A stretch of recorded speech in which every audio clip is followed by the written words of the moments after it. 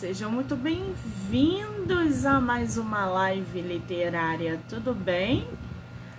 Muito bem, estamos aí em mais um dia da maratona de lives do mês de fevereiro. Para quem vem acompanhando, desde o dia 7, estamos aqui batendo papo com muitos autores nacionais, com muitas autoras, gente talentosa. E esse ritmo vai continuar até o dia 16. Depois vem o carnaval, a gente dá uma paradinha e só volta em março, tá bom? Muito bem. A Débora, eu acho que já... Vamos conversar com a nossa autora, que eu quero já conversar com ela.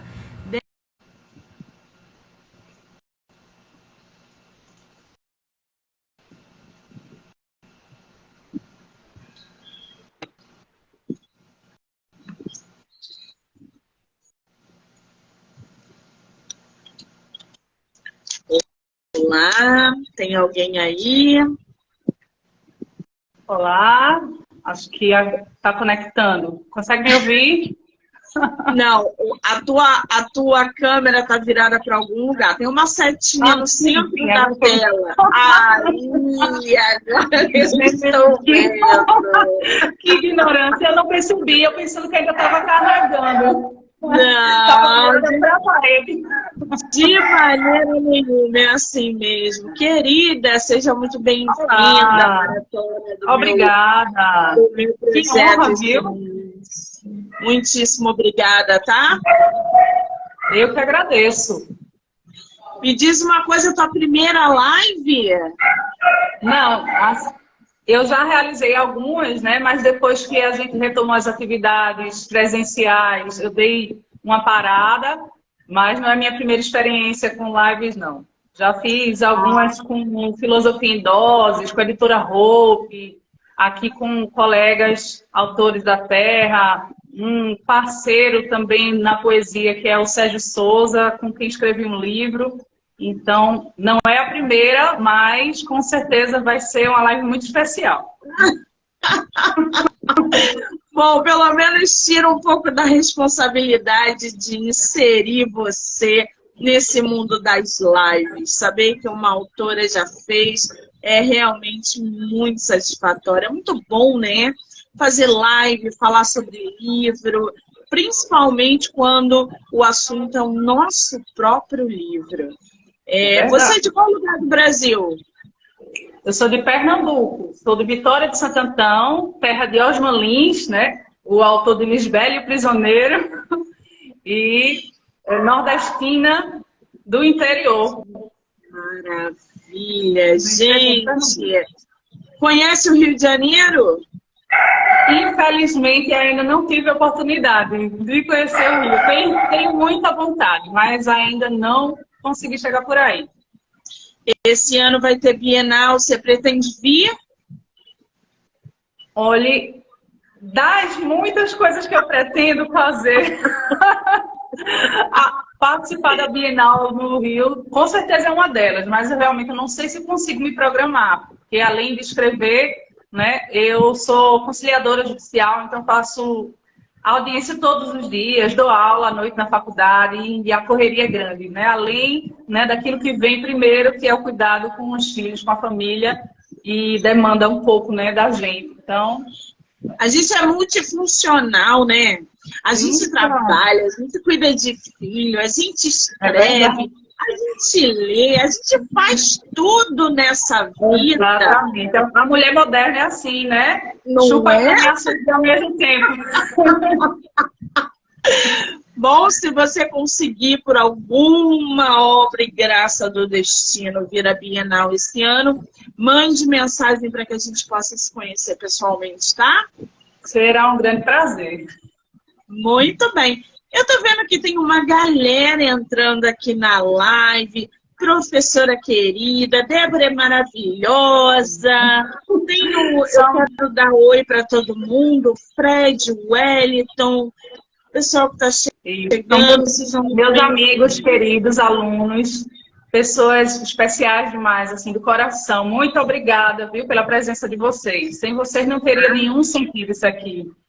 Esse Frederico aí é o meu marido, meu principal incentivador e aquele que inspira os meus versos, né? Porque eu sou apaixonada, assim, pela poesia de amor, embora a poesia, né? Poemas, na verdade. Eu digo a estrutura poema, porque poesia é tudo que a gente produz com arte, né? É aquilo que a gente emprega, né? Junto com a nossa alma, mas ele que inspira os meus poemas mais apaixonados, naquela pegada bem rustiana, sabe? Vem dele, quase, né? Beirando o erotismo, mas nada de pornográfico, é aquele erotismo do bem. Inspiração apaixonada mesmo, que ele sabe que eu sou totalmente rendida aos pés dele, refém desse amor que me salvou de mim mesma. Então, aqui não tem disputa, nós nos admiramos mutuamente, nos incentivamos e, assim, desde que a gente se conheceu, tudo só ficou melhor. Que maravilha! É bom saber que a gente encontra uma pessoa para compartilhar a vida, os momentos, para produzir poesia, porque o amor é uma forma de poesia assim intensa e profunda. Uma pessoa apaixonada, você pode botar uma caneta na mão dessa pessoa que ela vai escrever poemas, poesias voltados para o amor.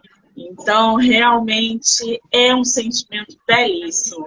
Agora, Débora, eu estou aqui com o teu livro, Enquanto o Instante Existe. Esse é o teu primeiro livro publicado?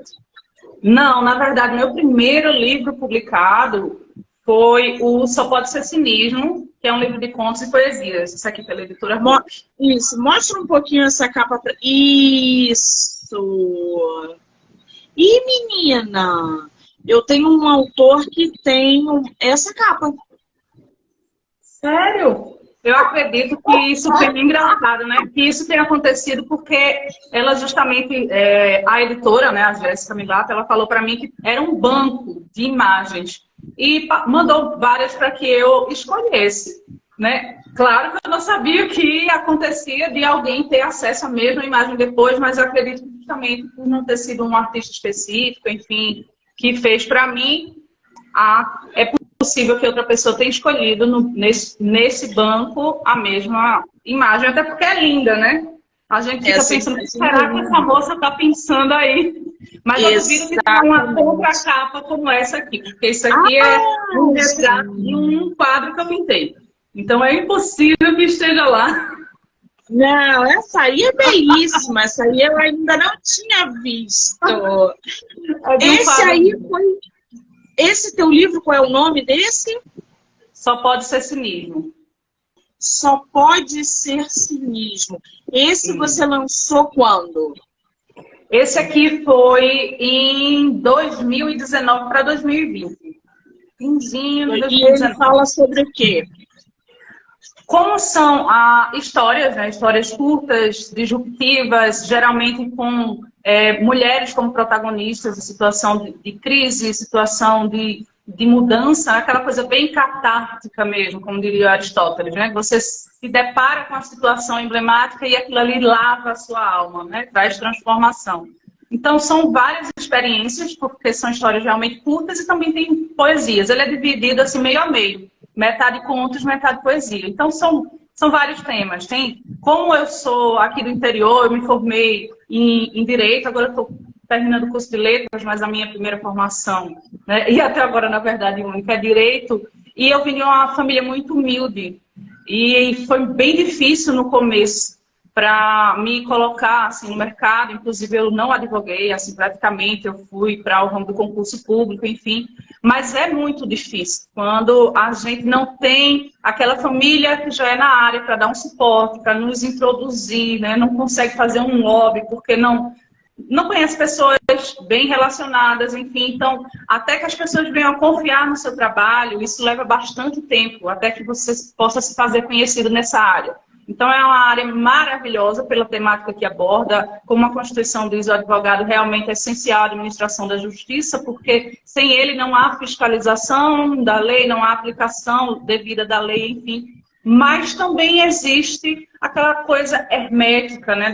Daqueles que já têm ali a sua história, aqueles que já têm uma certa posição na sociedade, conseguem galgar melhores espaços na área.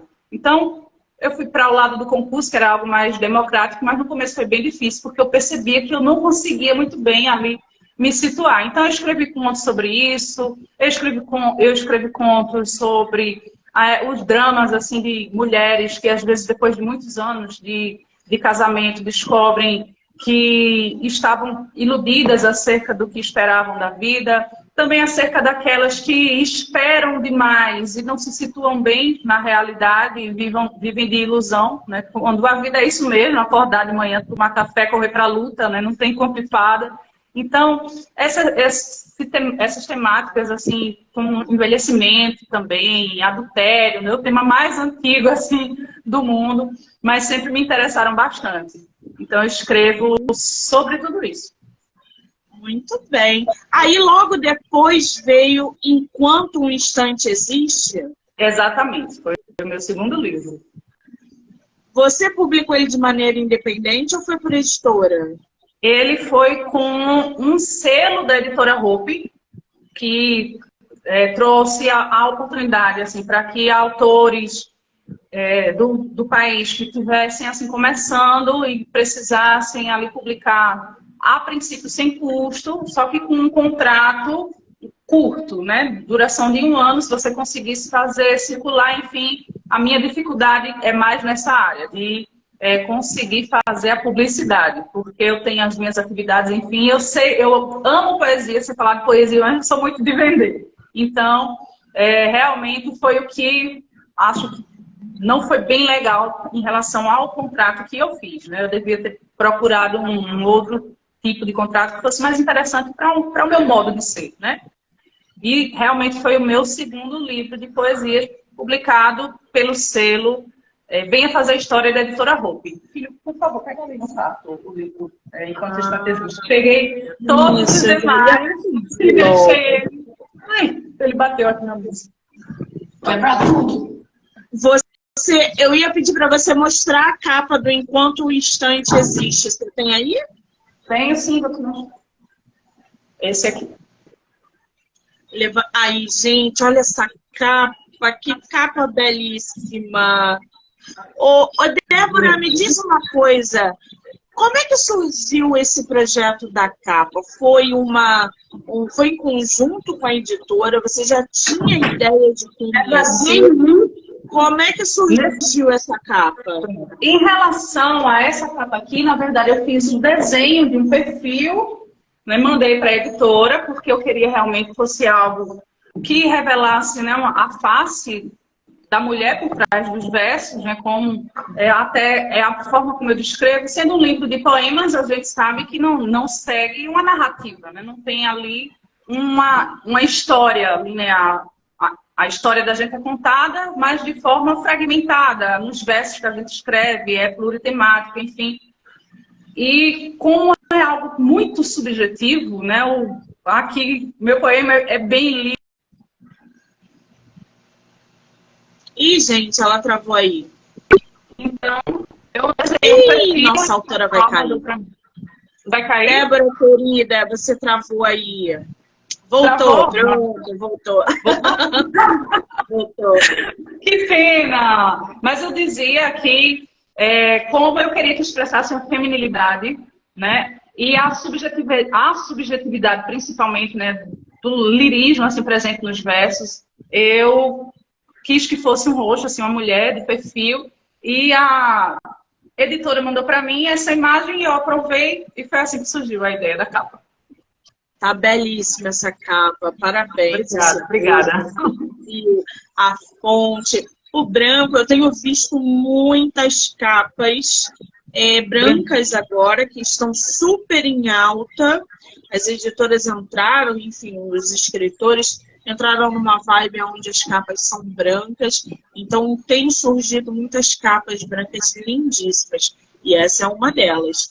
Eu estou aqui com a sinopse do teu livro. Eu vou ler para o pessoal se inteirar ainda mais. E aí eu ia pedir para você separar uma poesia, um poema do seu livro para ler para a gente daqui a pouco, pode ser? Com certeza. Muito bem. Vou ler aqui para vocês, gente, a sinopse do livro Enquanto um Instante Existe, da autora nacional Débora Lima. Nesse livro, a poesia é a única prova da existência de uma mulher. A mulher por trás dos versos, a mulher cujo desejo a cada ano se arrefece no corpo físico, mas pulsa, renasce, brota em flor na palavra. A mulher que não se ressente da sua lascívia, pois erótica mesmo é a alma, como nos dizia Adélia Prado. A mulher que não hesita em revelar, mas expõe medos, revoltas e desejos. Essa sua sinopse ficou demais, hein? Eu adorei. Valeu. Que bom, que bom. Quantas páginas tem o teu livro? Ele tem 175 páginas. 175 páginas. Quanto tempo você levou para escrever? Eu acho que eu levei em torno de um mês. Porque este daqui foi um intensivão durante a pandemia. Foi quando eu estava de quarentena. Então nasceu essa obra. Que maravilha! Eu sentava na cama à tarde e escrevia alguns poemas e, para você ter ideia, tem poema até sobre o momento em que meu marido entrou no quarto com uma bacia de pipoca e a alegria foi tanta que o meu coração começou a pipocar, então eu tinha que registrar as vivências. Ai, gente, que delícia! Eu já ia até te perguntar sobre isso. Como é que é a tua rotina da escrita? Você escreve todo dia, só quando tem inspiração? Como é que funciona a tua relação com a escrita? Olha, houve um tempo em que eu tentei, assim, a cada inspiração que vinha, tomar nota para revisitar depois e tentar encontrar uma fluência em uma escrita assim no cotidiano mesmo, né? Ter aquela constância seria o ideal realmente para mim, mas eu não consigo. Realmente a realidade ela se impõe, né? E como eu trabalho bastante, eu não consigo escrever o quanto eu gostaria, né? Eu estou hoje com esses 7 livros e tem mais um ainda não publicado, né? Que está no prelo. Estou tentando aí ver os meios, né, de colocá-lo no mercado, mas infelizmente hoje eu não tenho conseguido escrever como eu gostaria. Realmente este livro, assim como também esse aqui, o Cazu e a Descoberta do Medo, ambos nasceram da pandemia, porque eu de fato fiquei de quarentena em casa e por causa disso, né, eu tive mais tempo, eu tive a oportunidade de você estar batendo. E meu filho é muito próximo de mim, ele gosta de participar de tudo, mas como toda criança, né, fica batendo aqui na mesa e balança tudo. E assim, infelizmente, eu não tenho conseguido escrever como eu gostaria, mas às vezes, assim, eu percebo que as ideias vêm e aqueles versos, assim, tipo tempestade no céu da boca, essas coisas assim de poeta, né? Você dizer com outras palavras, tirar a literalidade das palavras, expressar de outro modo. Aí eu digo, nossa, isso aqui tá legal. Mas aí quando eu não anoto, eu esqueço. Eu esqueço completamente. Então eu tô sofrendo assim. Na bolsa. Eu tô sofrendo com isso. E eu tenho o bloquinho. A dificuldade é conseguir parar o que eu tô fazendo para pegar o bloquinho, tê-lo, né, realmente à mão para escrever. Mas eu pretendo, assim, me organizar para retomar da forma assim como eu gosto, porque é algo que realmente me realiza, né? Bem naquela pegada do que Tomás de Aquino costumava dizer, que a nossa vocação é aquilo que a gente realmente foi chamado para fazer e que não tem dinheiro nenhum que pague. A gente faz pelo deleite em realizar. Assim, então, não é algo que traz nenhum retorno financeiro para mim. Reconhecimento, praticamente nenhum, infelizmente, assim, até aqui onde eu moro, assim, a questão cultural ainda está engateando, a gente até com a gestão atual está tentando retomar isso aí, mas é bem realmente incipiente, sabe? Não tem aquela força. O autor nacional, né, ele só publica porque ele quer escrever e quer mandar uma mensagem para o leitor. Porque a gente não tem a pretensão nenhuma de ficar milionário escrevendo livro, principalmente num país como o Brasil, onde a gente tem que avançar muito na cultura e na educação, que é a base de qualquer coisa. Então, enquanto a gente não incentivar, não tiver um projeto forte para começar a incentivar e ter uma estrutura dentro das escolas e dentro das casas, porque a leitura ela não é só na escola, ela também começa dentro de casa. Então, enquanto as pessoas não se conscientizarem que a leitura é fundamental para a formação de um ser humano, isso em vários quesitos, tá, gente? Ah, a Monique está falando isso porque não. A leitura abre a tua mente, cria senso crítico, a leitura faz você viajar sem sair do lugar, abrange o seu vocabulário. A leitura é um leque de possibilidades que traz para um ser humano. Então, a gente tem que caminhar muito ainda e valorizar os nossos autores nacionais, porque a gente tem muita coisa boa. A gente tem que parar com esse negócio de investir em livros. Eu não sou contra, eu adoro livro de escritores estrangeiros, mas a gente também tem que valorizar os nacionais. A gente sabe que a gente não vai ficar rico vendendo livro, mas a gente escreve por amor. E é isso que a nossa autora estava falando ainda agora, que a gente precisa fazer algo que nos chame, que a gente seja completamente apaixonado.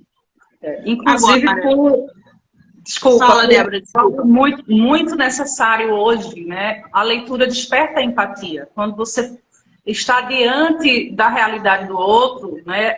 O sentimento de autoridade, de alteridade aflora na gente. Então, quando a gente lê, né, a gente fica mais pertinho da intimidade do autor, da história que ele quis contar, e a gente passa a ver a partir de uma outra perspectiva. Isso nos humaniza, né? Então, além de tudo isso que você falou, né, a questão, né, dos patamares aí intelectuais que a gente galga, né? Culturalmente a gente melhora bastante, o vocabulário ele se expande muito. Então, com a expansão do vocabulário, a nossa leitura de mundo também melhora, porque outro dia mesmo eu estava dando uma aula de introdução ao direito e um aluno meu disse: professor, eu estou muito angustiado com esse conceito aqui. Um doutrinador bem famoso, Paulo Nader, falou: olha, o direito ele é, né, a ciência que se ocupa de normatizar a vida das pessoas em prol da pacificação social. Então, cria normas para evitar o caos. Mas, professor, ele disse: até aí eu entendi. Mas aqui está dizendo que o direito tem um caráter coercitivo, professor. O que é isso? E o engraçado foi como ele ficou nervoso. E eu disse assim: você gosta de ler? Aí ele disse: gosto, mas eu nunca vi essa palavra. Eu disse: então vamos lá. Comecei a conversar com ele, trazer outros exemplos do texto em que a palavra coerção era utilizada, até que ele entendeu que ser coercitivo para o direito é ter a força, é ter a obrigatoriedade, é poder usar a espada quando necessário. E aí foi quando caiu a ficha. E ele disse: ah, professor, então é por isso então que se eu desobedeço a lei, eu posso ser preso, eu posso pagar multa, eu posso ser processado. Eu disse: exatamente. Então, por causa do significado de uma palavra, ele não compreendeu um conceito que é básico para um estudante de direito. Então, quando a gente melhora na leitura, a gente melhora na nossa compreensão do mundo. Exatamente. Agora, esse título do teu livro, Enquanto uma Fonte Existe, como é que surgiu esse nome?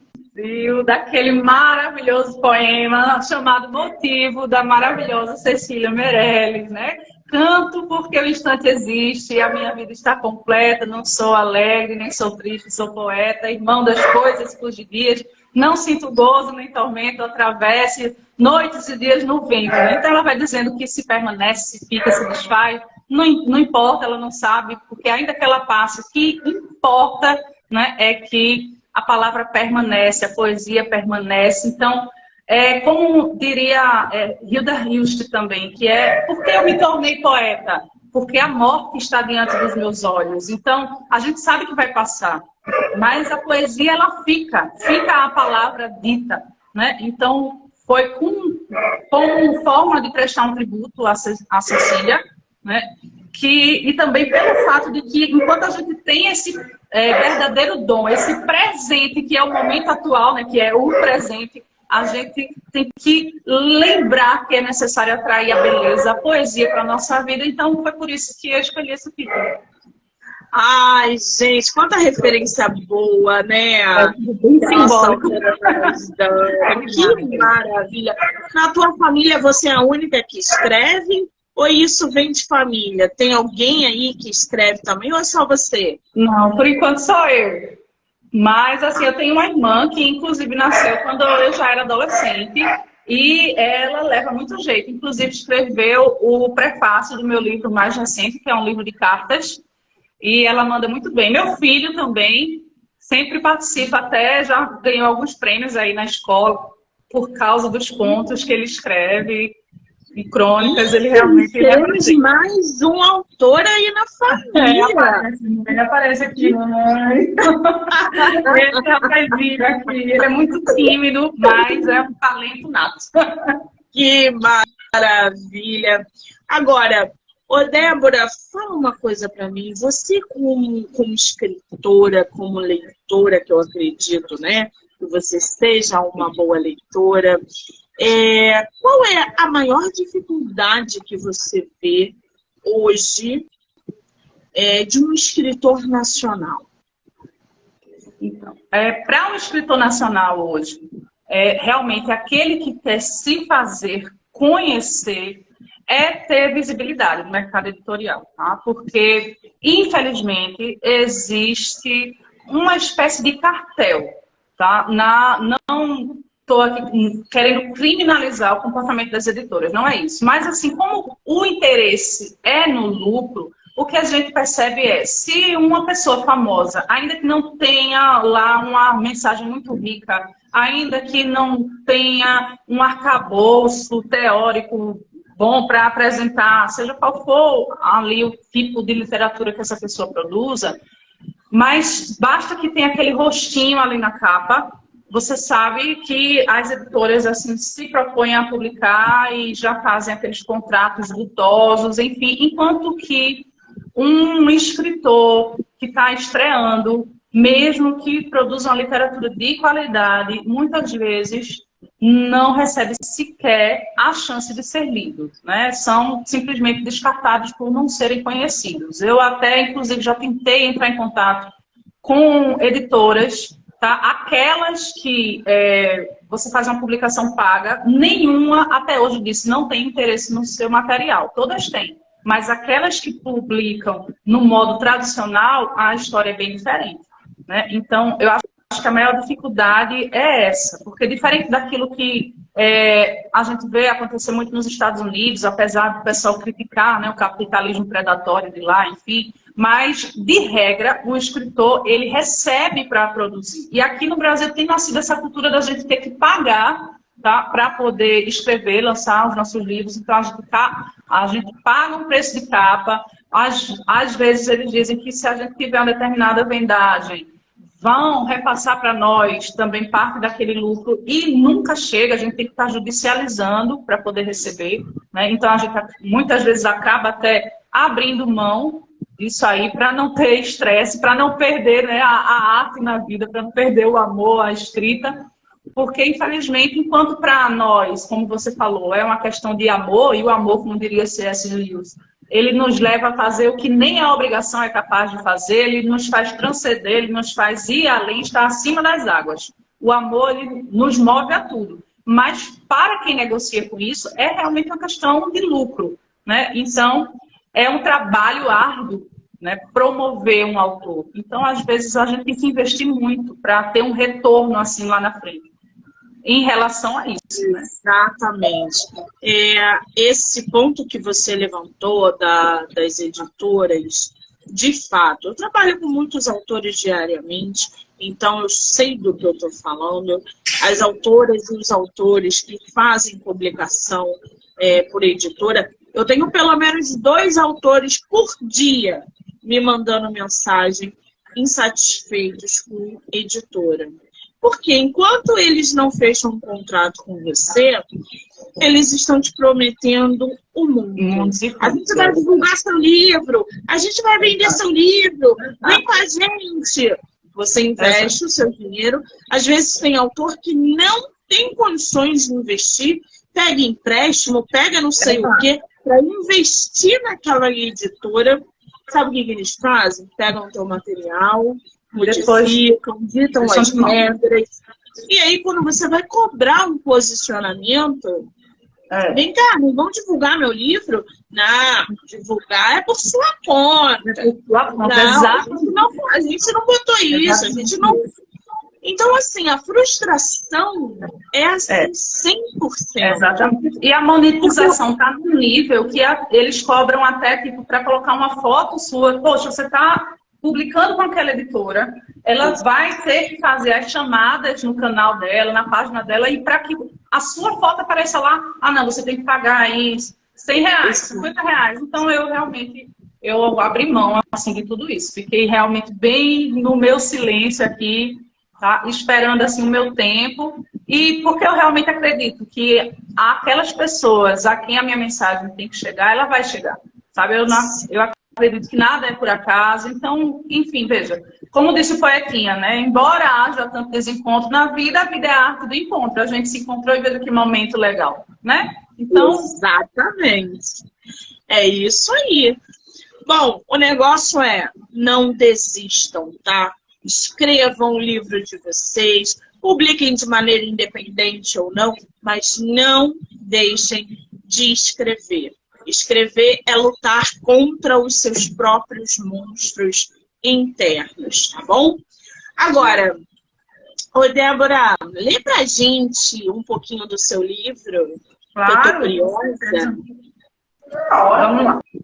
Eu vou trazer para vocês uma poesia que ela é bem simples, assim. Eu gosto de utilizar uma linguagem que seja bem acessível, porque a gente, para trazer beleza, para atrair a beleza para a nossa vida, a gente não precisa daquele pedantismo linguístico que alguns literatos têm, de escrever para que sejam entendidos apenas por aquele pequeno grupo, né, de pesquisadores, enfim. Eu realmente eu quero que as pessoas se identifiquem com o que eu estou falando, né? E que se tornem mais sensíveis, né? Porque eu percebo que hoje, também por causa da cultura de massa, às vezes a gente já não aprecia bem o sabor das coisas, né? Então, eu gosto muito, assim, de utilizar aquele toque de sinestesia também nos meus poemas, principalmente nos eróticos. Esse aqui se chama Teu Cheiro. Se você me permitir, eu gostaria até de ler mais de um, porque eles são bem curtinhos, tá? Alguns são bem curtinhos.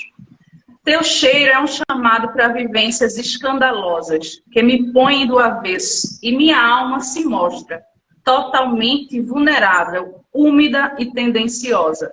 Teu cheiro me arrefece e do nada me traz de volta, forte, pulsante e saudosa, dos caminhos por onde às cegas sou guiada, me arrastando em lodo, me queimando em brasa, por esse encanto poderoso que o teu corpo inteiro exala. Então é aquela coisa assim de bicho, né? Sente o cheiro e tá pronto para a batalha. Que delícia! Esse é gostoso mesmo. Lê outro pra gente que você falou que ia ler. Uhum. Deixa eu ver se eu chego lá. Porque assim, são muitos mesmo. Tem alguns assim que tem umas reminiscências, alguns sobre nostalgia, temática social, tema da velhice, a loucura do cotidiano. Mas assim, eu gosto muito dos eróticos, então eu vou ler outro. Esse aqui também, delícia. Sinto que desfaleço, levito, me excedo, quando você vem e no escuro tateia o ínfimo e o recôndito do meu corpo, e brinca em faceirice com meu medo, e prende-me inerte, qual verme, em tua teia. Sinto que simplesmente morro quando você vem qual touro poderoso, rompe feroz minha falsa resistência e minha alma de gata fica tensa, miando ante a imponência do teu corpo. Sinto que volto à vida de repente quando você vem e despetala minha pele e com descomunal força me suspende qual troféu erguido em nome da volúpia. Então me senta no teu colo, que delícia. Que é isso, gente? Eita, que negócio é puro, né? Delícia, gente! Agora, mas não é só isso, tá, gente? Não restringe, não tem assim poemas acerca da fé, tributos a Adélia Prado, a Gabriel Garcia Marques, né, sobre amor à vida, você vai de um extremo ao outro, né? Você vai andando aí por todos, dá um passinho em todos os lugares. Existe uma parte mais fácil, mais difícil para você reunir tantos poemas com tantos assuntos num livro só? Na realidade, eu não encontro assim dificuldade em reuni-los, até porque como se trata de um livro de poemas, né, eu acredito que pelo menos eu não senti a necessidade de seguir uma única temática, né? Cada poema é um mundo, cada um reflete, né, um turbilhão de sentimentos e acaba trazendo aquela coisa gostosa, né, do poema em si. Então, não existe assim, uma dificuldade, né, em reunir temas diferentes assim, no poema. Agora, é claro, como eu gosto muito dos poemas assim, de amor, né, como se fosse no tempo do trovadorismo, né, eu seria a mulher das cantigas de amigo. Mas, né, eu reconheço também que o poema a poesia não é só isso, né? Ela condensa o mundo em poucas palavras. O que eu gosto assim, da linguagem poética é porque, às vezes, em versos, com muito pouco, a gente diz muito, né? Como naquele poema moderno, assim, Drummond, Stop, a vida parou ou foi o automóvel, né? Tão pequenininho, uma pílulazinha, mas que expressa o sentimento de angústia de um mundo que estava ali, né, se enchendo de automóveis e mudando tão de repente, de modo que quando um carro freava, parecia que a vida toda tinha parado. Então, o poema ele também acaba sendo, né, um produto histórico, né? E o meu é meio que uma retomada, sabe? Tem até um poema, não sei se eu consigo achar assim fácil, mas que eu chamo de poema reacionário, porque às vezes eu sinto saudade daquela descoberta da sensualidade de forma lenta, como acontecia antigamente. Hoje em dia as pessoas são introduzidas muito rápido, né, pela mídia. Então, eu não acredito que hoje exista uma menina de 15 anos que seja inocente como era no tempo assim, da minha inocência, sabe? Mas eu sinto falta disso, né? Da forma como a gente oscilava, né, entre beleza e repressão. E por causa daquela repressãozinha, as coisas às vezes tomavam uma proporção bem maior, sabe? Então, eu acho que até que foi porque eu esperei um pouco que eu consigo ser tão apaixonada pelo meu marido até hoje. A gente se redescobre assim a cada dia. E mês que vem... Ai, gente, quanta declaração para esse marido, hein? Já será cheia. 15 anos de casados, mês que vem. A gente vai fazer... Caramba, 15 anos de casado! Coisa pra caramba, parabéns! Valeu! Já agora ultrapassamos aí muitas muralhas. Agora, você falou aqui um negócio que eu acho muito importante. A pegada do poeta é totalmente diferente, por exemplo, de um escritor que escreve drama, romance. O poeta, ele consegue, eu falo isso para os meus autores que são poetas, que eles conseguem, vocês, né? Vocês conseguem passar para a gente, leitor, né? Quem gosta de ler, toda a intensidade do sentimento. A gente não. A gente precisa criar um mundo e personagens para mostrar para os leitores o que a gente quer dizer.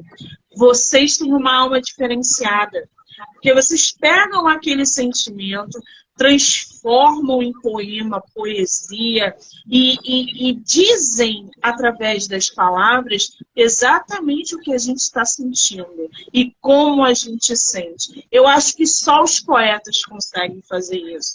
Nós que escrevemos romance, drama, aventura, fantasia, a gente cria todo um mundo para dizer o que vocês simplificam em versos, em parágrafos, em palavras que são tão intensas.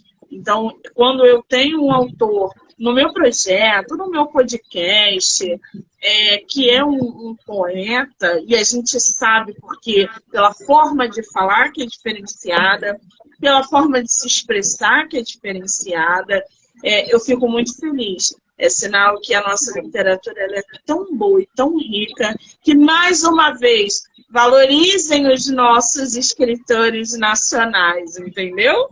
Então, Débora, parabéns. Valeu, querida, valeu.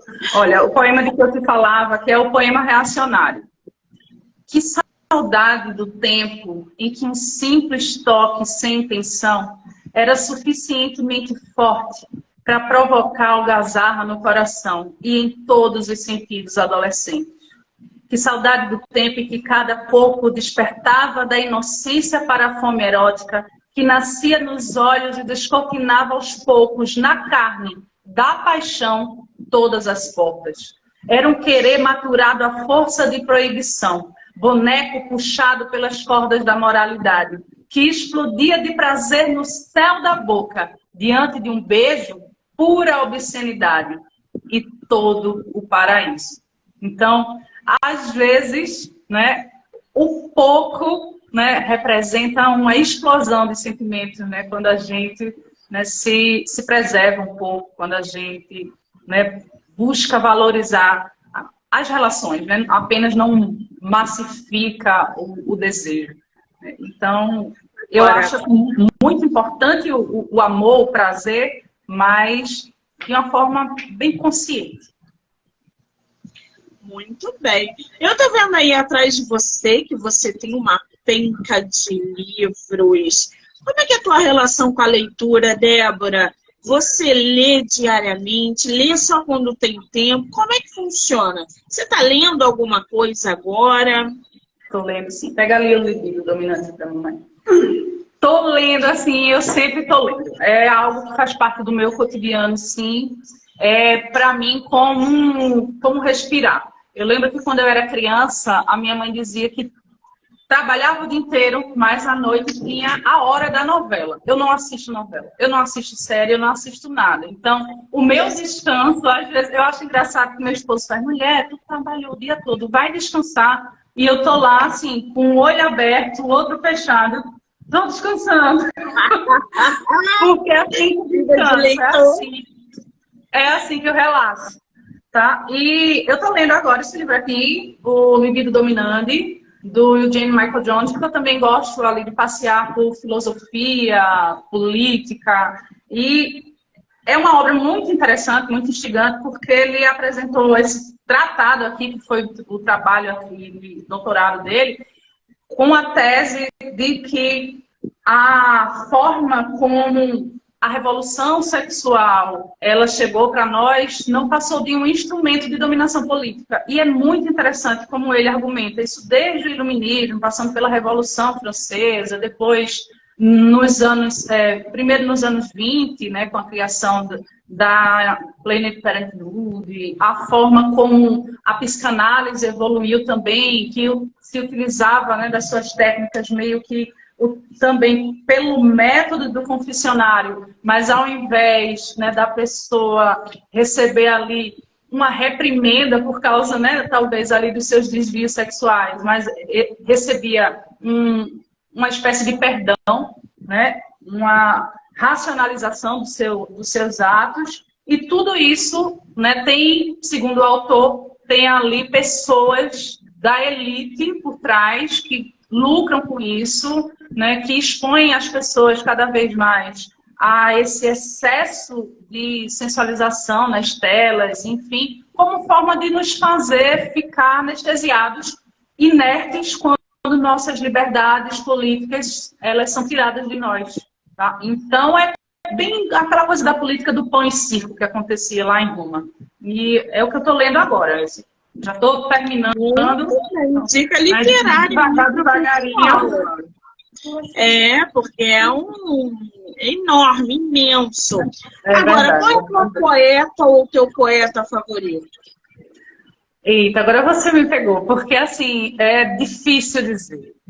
Meu Deus, eu gosto muito do Drummond, tá? Quando ele fala as 100 razões do amor, eu sou prostrada, sabe? 4 caída, né?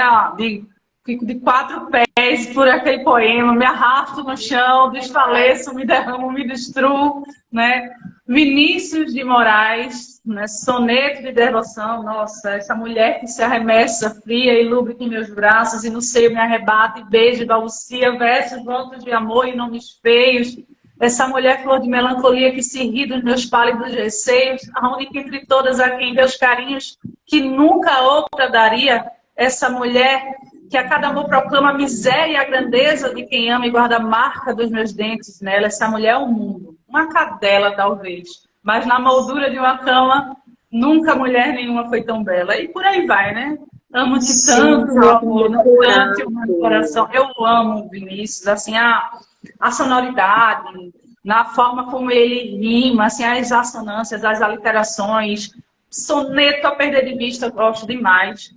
Mas também gosto muito da Hilda Hilst, da Cecília Meirelles, Mário Quintana, Adélia Prado, sabe? A Adélia Prado, ela me deu um golpe certeiro, né? Com aquele poema em que ela fala casamento, né? Se chama... Tem mulher que quando o marido chega e diz, você quiser, trate peixes se você quiser. Eu não vou tratar, não. Aí ela se despoja, ela diz, não, eu levanto qualquer hora à noite, eu vou lá, eu trato peixe com ele fica, esse aqui dava rabanadas no ar, e prateava, enfim, ela diz, coisas prateadas espocam, somos noivo e noiva. Então, como às vezes as ideologias nos tornam muito aguerridas, e a gente se ressente das atribuições do lar, a gente perde a capacidade de servir, a gente pensa, não, eu quero terminar o meu mestrado, eu quero crescer profissionalmente, e às vezes tem uma pessoa ali que só quer nos acolher, crescer junto com a gente, agora na vivência da realidade do lar. E esse poema assim, foi como um soco na minha cara quando eu era adolescente, e estava justamente nessa fase assim, bem aguerrida, e quando eu fiquei pensando naquilo ali, eu disse, caramba, pode ser mais simples. Pode ser. E aí eu parei já não resisti tanto, sim, busquei também ordenar a minha vida para sentir prazer em servir, tá? Com isso, consegui mandar juntamente a depressão embora e passei a ser uma grande admiradora de Adélia Prado. Que maravilha! Agora, o que o leitor pode esperar, ou a leitora pode esperar, do seu livro, enquanto o instante existe? Pode esperar muita musicalidade, muito prazer, muitas reflexões acerca da vida, amor aos filhos, acerca da liquefação dos relacionamentos, né? Hoje o pessoal fala tanto de Bauman, enfim, mas infelizmente é real, né? A forma como as pessoas têm sido transformadas em produto, né? Como se fosse algo aí no comércio, né? E depois ficam aí com sentimentos esfacelados. A reflexão acerca da velhice, de como, mesmo quando para algumas pessoas aparentemente já não servimos mais, ainda estamos ali semeando a terra, né? Frutos de amores fecundos, porque eu digo pelas minhas avós, tá? Eu sou pedacinhos da grandeza que elas tinham. Mulheres muito simples, né? A minha avó materna, por exemplo, era uma mulher que vivia na zona rural, nunca foi num shopping, né? E me ensinou muito acerca do que realmente é ser grande e que como a gente ganha quando a gente se dá, quando a gente se entrega. Então, tem muita reflexão sobre a velhice, sobre os laços familiares, sobre o amor de verdade, a sua verdadeira face. Filha, que coisa, né? Agora, antes da gente abrir o sorteio, porque você vai fazer sorteio, a autora já falou para mim lá nos bastidores que ela quer fazer sorteio. Mas antes da gente abrir o sorteio, eu queria saber, Débora, qual é o conselho que você dá para um escritor que quer publicar o seu livro de poema? Comece, tá? Procure, não desista, pense principalmente, né, que aquilo que nós fazemos, né, revela muito do que somos e o que os outros pensam sobre nós ou o que eles dizem não nos determina, porque essa, inclusive, é a lição, né, dos estoicos. Nós somos a qualidade dos nossos pensamentos. Então, é necessário ter realmente um pouco de autoestima ou a gente não consegue sair do lugar, a gente se emperra, né? Inclusive porque se a gente for se comparar aí com os grandes da literatura, a gente nunca vai se sentir à altura. A gente tem que acreditar na nossa mensagem e, nesse caso, se blindar, né, de comentários. Eu já ouvi, assim, pessoas, até colegas no trabalho, dizerem, meu Deus do céu, para que você publica um livro de poesia se sabe que ninguém lê?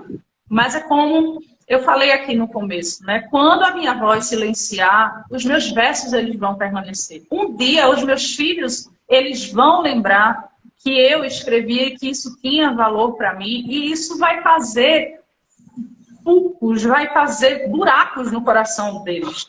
Então, tem significado para mim e tem relevância. Então, se é importante para o autor, se o autor acredita nos seus versos, ele sabe que tem uma mensagem, né, a passar adiante, que não desista, né? Embora vai encontrar, né, aquelas pedrinhas no caminho, né, como a gente comentou aqui mais para o começo da live. Sim, exatamente. Agora, vamos abrir o sorteio? Vamos eu lá. Estou doida para fazer sorteio. O que você vai sortear? O que eu vou sortear é esse livro aqui, que é um livro todo de contos. Filho, para de bater, filho. Agora a pasta dessa vez, tá? São 280 páginas de contos, histórias muito tocantes.